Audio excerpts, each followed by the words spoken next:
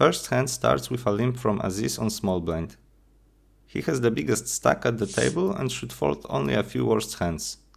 It's worth to mention that against another very big stack, he should mostly limp here, also with some very strong hands.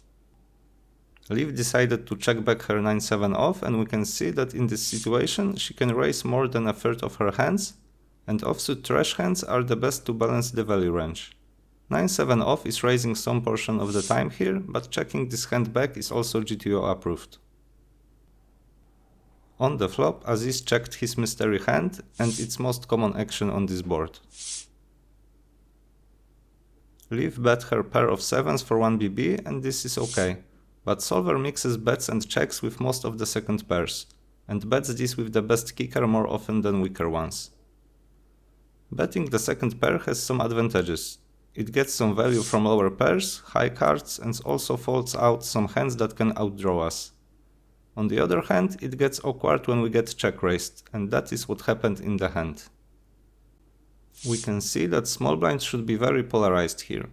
His value range is mostly sets and 2 pairs, and his best bluffs are hands with double backdoors, like 9-6 suited or ace-deuce, that blocks some continues and still has 5 clear outs to make the best hand. Liv called and solver likes this play. It continues with around half of the still very wide range and isn't folding any pairs yet. On the turn, Aziz continued for around half of the pot. This is the least used sizing here and solver prefers to bet either bigger or smaller. Against this bet, Liv decided to call. Solver starts to fold some hands as strong as pair of queens and folds most of third pairs, but we can see that she has to continue with some fraction of them, so calling here isn't a mistake. Jack of diamonds completed the board and the Brazilian player emptied the clip with a small overbet. He continued his story from the flop, and his value range here is pretty thin and it's only the best 2 pair combos and sets.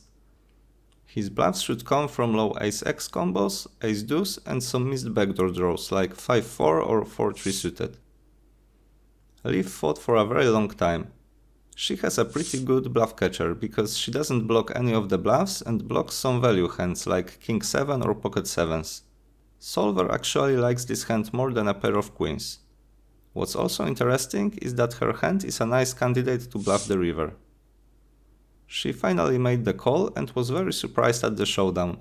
She was right that he was weak, but he took this line with pocket 10s that made no sense from the start to finish.